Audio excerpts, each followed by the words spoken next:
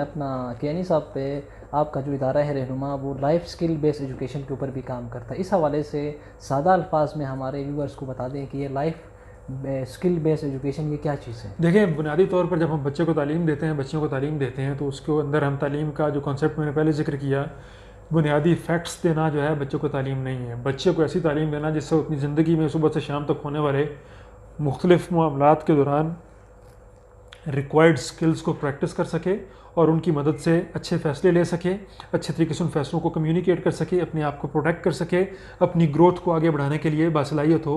तो ये जो लाइफ स्किल्स बेस्ड एजुकेशन है, ये बेसिकली इन्हीं चीज़ों के ऊपर फोकस्ड है।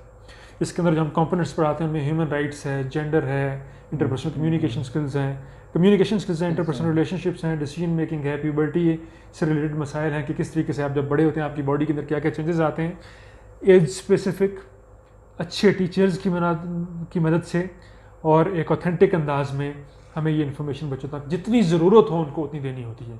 एक बच्चे अगर प्यूबर्टी में दाखिल होने लगी है और उसको मेंस्ट्रुअल हाइजीन के बारे में हमें बताना है, तो हमने इंतज़ार नहीं करना कि अपने पहले मेंस्ट्रुअल साइकिल में दाखिल हो जाए तो फिर हम उसको बताएंगे।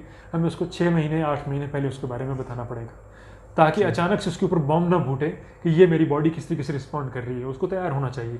ये पाकीज़गी के पॉइंट ऑफ व्यू से भी है, इस्लाम के पॉइंट ऑफ व्यू से भी है, दीनी पॉइंट ऑफ व्यू से भी है कि आप उसको पाकीज़गी के बारे में ट्रेन करें, और उसकी सेहत और हाइजीन के पॉइंट ऑफ व्यू से भी है। हमारा इदारा जहाँ से बात करता है, हम सेहत के पॉइंट ऑफ व्यू से बात करते हैं कि हम सेहत के पॉइंट ऑफ व्यू से ये आपका हक है कि आप जो है बर वक्त आपको इन्फॉर्मेशन दी जाए कि आपने किस तरीके से अपनी बॉडी के अंदर होने वाले चेंजेस से डील करना है।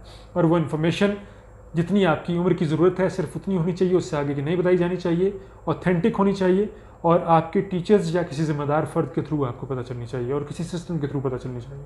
ये हम कहते हैं और हम इसके लिए काम करते हैं। और लाइफ स्किल्स बेस्ड एजुकेशन में हम कल्चर, वैल्यू और डाइवर्सिटी के ऊपर भी काम करते हैं कि पाकिस्तान एक डाइवर्स मुल्क है, कपड़ों के लिहाज से, खानों के लिहाज से, ज़ुबानों के लिहाज से, मल्टीपल चीज़ों की वजह से। तो हमें एक दूसरे की डाइवर्सिटी को भी जो है वो रिस्पेक्ट करना है। हम ये ना हो कि किसी को सिर्फ इस बात पे कहें कि वो होते तो ये ज़ुबान बोल रहे हो, ये ज़ुबान बोलने वाले तो ये होते हैं। जब हम इस तरह की इनसेंसिटिव बातें कर देते हैं मुख्तलिफ जगहों के ऊपर, तो वो हमारे दरमियान फासले क्रिएट करती हैं। तो हमें इन फासलों से बचना है। हमें अपने कल्चर्स को जो कि मुख्तलिफ हैं, अपनी वैल्यूज़ को जो कि बाज़ औक़ात मुख्तलिफ हैं, अपनी डाइवर्सिटी को रिस्पेक्ट करना है। जब तक हम वो नहीं करेंगे तो life skills based education basically, आप सादा तरीन लफ्ज़ों में कहिए कि एक बच्चे या बच्ची को सुबह से लेकर शाम तक ज़िंदगी के जो उनके सामने चैलेंजेस लेके आती है उनसे बेहतर तौर पर निपटने के लिए, तैयार करने के लिए तालीम के मुख्तलिफ कॉन्सेप्ट्स हैं जिनका एक मजमूआ है।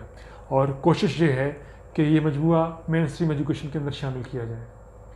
उसके अंदर एक चैप्टर बच्चों की प्रोटेक्शन के पॉइंट ऑफ व्यू से भी है कि वो किस तरीके से अपने आप को फिज़िकली, साइकोलॉजिकली, सेक्शुअली अब्यूज़ से महफूज रख सकते हैं। चाइल्ड सेक्शुअल अब्यूज़ जो कि चाइल्ड अब्यूज़ का एक छोटा सा कंपोनेंट है, ये बहुत राइज पे है पाकिस्तान में। आपने देखा होगा बहुत सारे केसेस आए हैं हमारे पास, और उनके बारे में क्यों नहीं हम बता पा रहे, अपने बच्चों को कैसे महफूज रखना है, ये एक अलग चीज़ है।